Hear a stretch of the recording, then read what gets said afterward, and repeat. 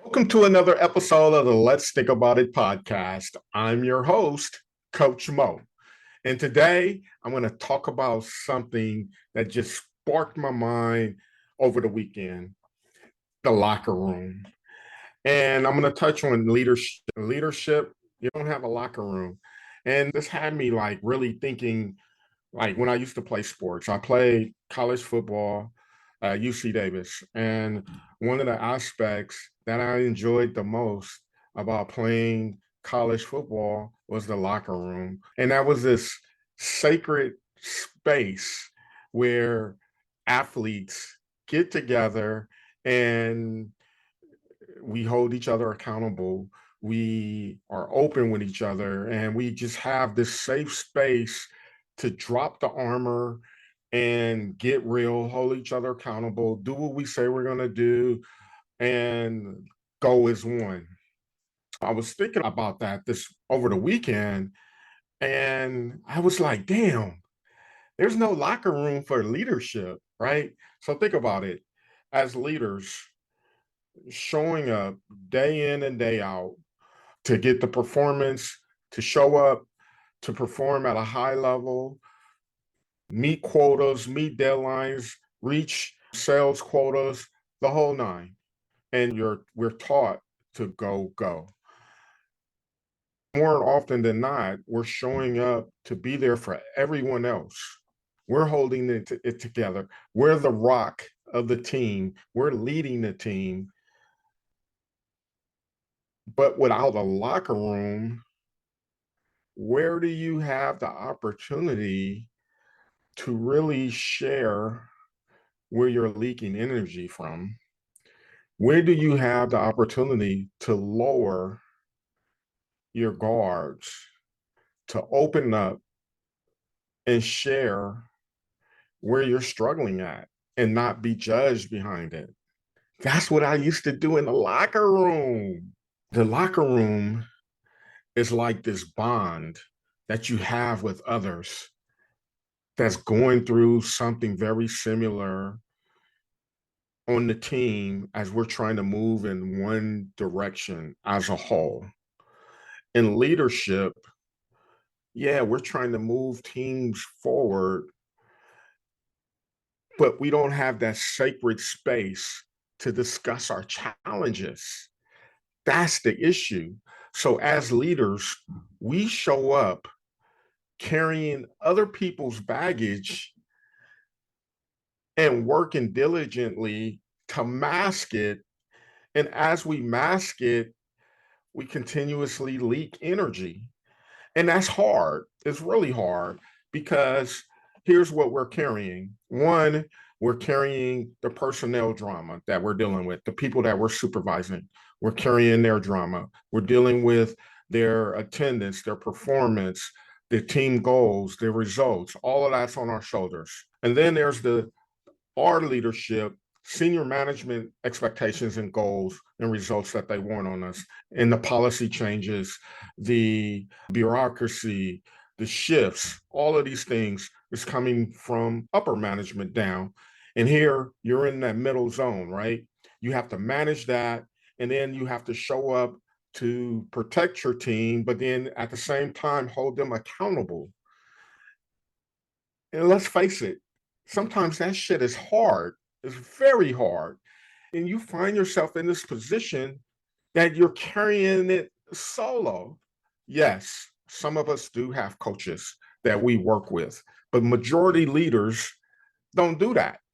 We just carry it. We carry it for the team because that's how we're built to carry it. And so over time, we start to lose our mojo. We start to lose our purpose. Why are we carrying this? What am I doing? Losing the swag, as I talked about in previous recordings. We start to lose that. So what do? You put on this mask and you press forward because that's how you're taught to grind.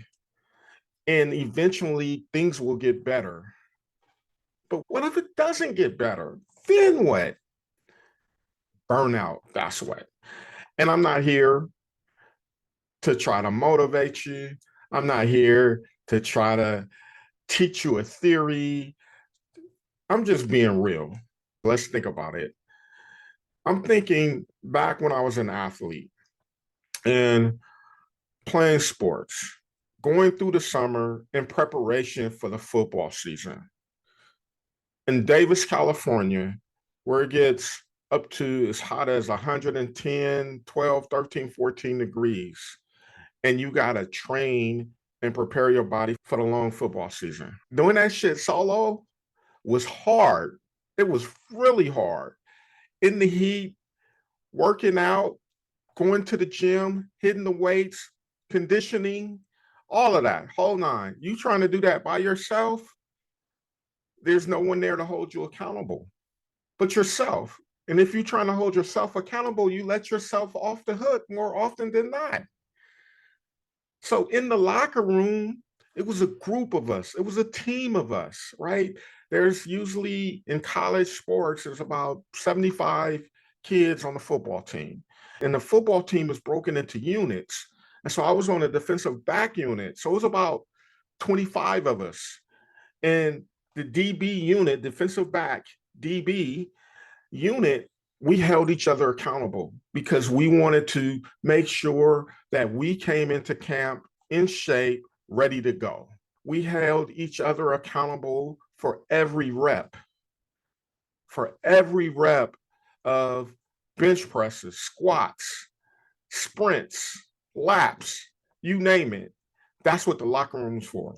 We had opportunities to just share about each other, drop the armor off, and just get to know each other, what we like, what we dislike, and all of that. And so thinking about that, damn, that was great because I had guys in my corner who protected me and helped me train to be the best version of myself on the football field. But then you get into the professional world. What happened to the locker room? Where is the locker room? Where is your locker room? Where's my locker room? I'll tell you where my locker room is. It's the inner arena, and that's something that I'm creating. But let's talk about the locker room. Where do you go when you're stuck and you're afraid to approach a difficult conversation with an employee? Do you hold on to that fear until it goes away? Who's in your corner to hold you accountable to make sure that you're having that conversation? Obviously, some of us have coaches, which is a phenomenal thing. Phenomenal. But what if you can have a group of individuals from all walks of life that share the same locker room that you share, that's going through the similar struggles that you may be encountering, and you take reps on how to fix those situations. You learn how to reset in real time to condition your leadership. What if that existed? How would you show up as a leader then? So think about that. A lot of us leaders, we're burnt out. Let's call it for what it is. We burnt out with all the demands that's coming from the top, the demands that's coming from the staffs that we oversee. Hell, let's call it what it is. Let's just say you're a professional and you're not even leading nobody. All the demands that comes in your role, right? How are you balancing that out? How are you staying disciplined to get your reps in? What is a rep? Mental rep, mental reset reps. The pause, breathe, and visualize what output that you want, what outcome that you want. That's a reset. How often do we do that? But if we had the locker room where we train to do that, and we have teammates that hold us accountable in doing that, it becomes part of our being. It becomes a rep-driven selves to help us get out of our own way. See, that's powerful. And see, we carry this mask day in and day out. As we carry this mask, the inner critic gets louder and louder. Let's picture your voice that's telling you this narrative to play small every single time. That's the inner critic. And see, we trust our voice. We trust that voice that we hear because it sounds like us. But that voice, when you're alone, is different than when you're alongside your peers who are dealing with similar things that you're going through. You feel as though it's not going to work, not for me. And there's this fear that's present, that's just hanging over your head, and you don't know what to do. You don't know how to call it out. Then shame comes into play because you're supposed to be the one in charge. What do you look like asking someone for help? You're supposed to be the one to have it together. See, that's the inner critic masked in your voice. And you believe that shit. You do. But in the locker room, we call that shit out. We call it out and we see it. My teammate wouldn't be afraid to tell me in my face, Mo, you need to step your game up. You need to XYZ. You didn't do this and this. You're doing the drills half-ass. What's going on? Let's talk this shit out. That's what you get in the locker room. So in our leadership roles, our professional roles, we're going at it solo. We're going at it the best way that we think we can. And we attend trainings, we attend seminars, and there's absolutely nothing wrong with that. And you walk out, you walk away excited, happy. I'm going to apply this tool. You even take all of these notes. And guess what happens? The notes stay in the notepad, the books stay on the shelves. Because while in theory, it sounds like this can help your situation, but somewhere in your head, the inner critic is telling you it doesn't work because your situation is different. And you believe that voice. And so, guess what happens? Nothing happens. You mention your goals of what you're trying to achieve,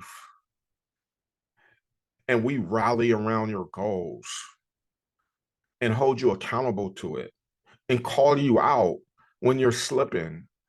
See, that's how you reach those new heights, those new levels through accountability. We help you tame that punk ass inner critic and we simmer it down. We change the narrative in your voice that you hear in your head. This isn't therapy. This isn't therapeutic. This is just real rep driven conditioning on leadership, just like you would do on the football field, just like you would do on the basketball court, just like you would do on the baseball field. It's rep driven, baby. That's how you get there. But then when it comes to leadership, we're not rep driven. We're making it up as we go. We're writing, we're reacting. We're just reacting. And as different initiatives come down, we react. We forget to respond because we're reacting. React, react, react. Nah, we got to be rep driven. That's what I'm teaching. Rep driven. How do we train our minds to pause, to breathe, to visualize, and take action during the fight? During the fight. How do we do that? That's what's missing in our leadership development. We're not doing that. Getting our swag back, self awareness, why power, action alignment, and grit, swag. What are we doing to train for swag? That's what's missing in leadership. I get it. I'm that leader too, that show up. I want to be there for my team. I want to be there. I want to give them mentorship. I want to give them ideas. I want to help them grow to the fullest. But then when they're not learning the way that you expect them to learn or want them to learn, or they're not following your instructions to the T, it's heartbreaking. It's draining because now you got to go back and you got to fix it. They should know this. And then in that process in itself is draining. And then guess who carries it? We do as leaders. We carry that. And the more we carry, the more we start to get burned out. The more we start to disengage with our own purpose of why we're doing this. At least we think we know why we're doing this, but the energy that we're showing up with is different. It's deflating. It's demoralizing because you're at it alone, solo, no locker room to talk to. And the people that you want to talk to, you don't trust them to talk to you. To talk, if I tell them what I'm actually going through, they're going to judge me a certain way. And if they judge me a certain way, I'm not going to be viewed as a credible leader. You know what? Nah, I'm not going to say anything about what I'm dealing with.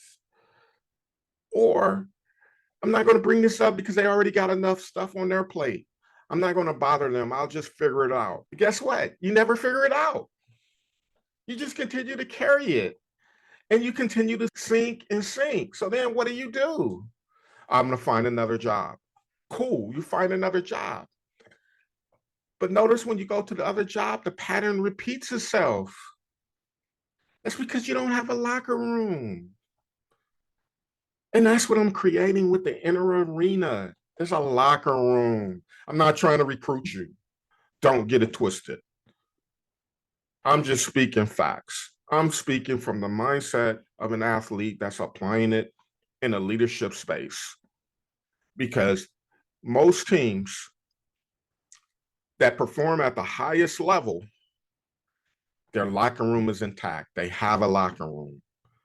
And man, we're doing so much in leadership independently. Where's your locker room? And that's where I'm coming from. Not to knock anything that anybody is doing. But if you're carrying so much for so many other people, where's your locker room? Who's uplifting you?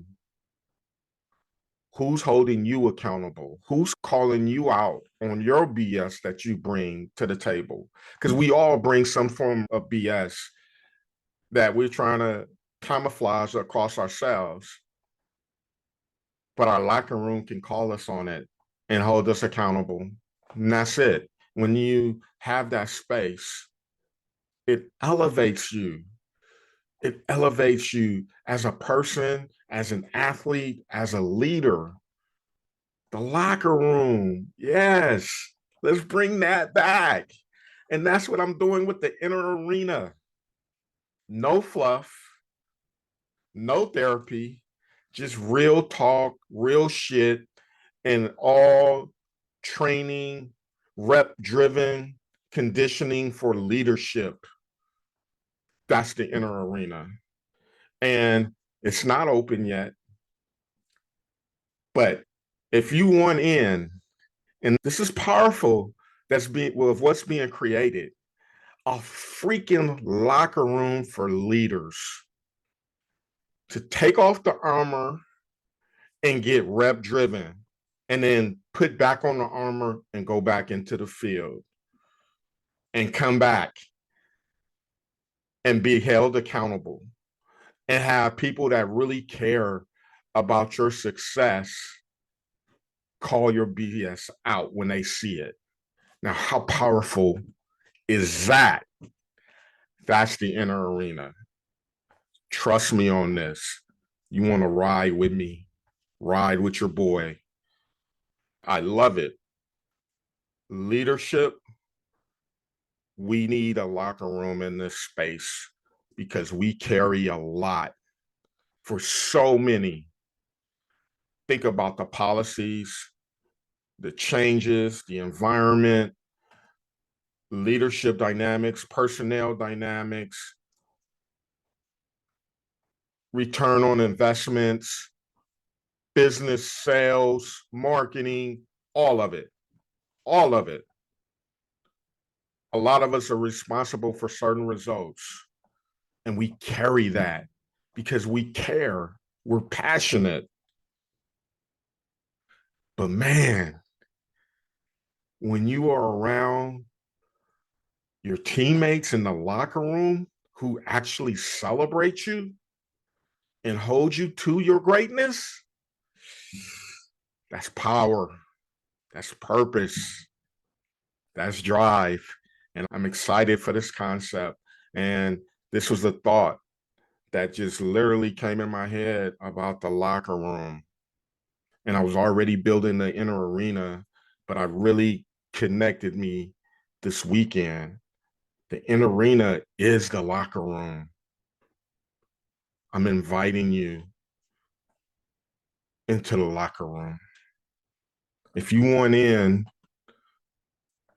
just DM me, inner arena. Instagram, that's Coach Mo Coaching. Send me a direct message, inner arena. Hit me on LinkedIn, direct message me at Maurice Mabry, inner arena, and I will lock you in for when we are going to release. You will be the first one to receive all the important information about the inner arena. So there it is.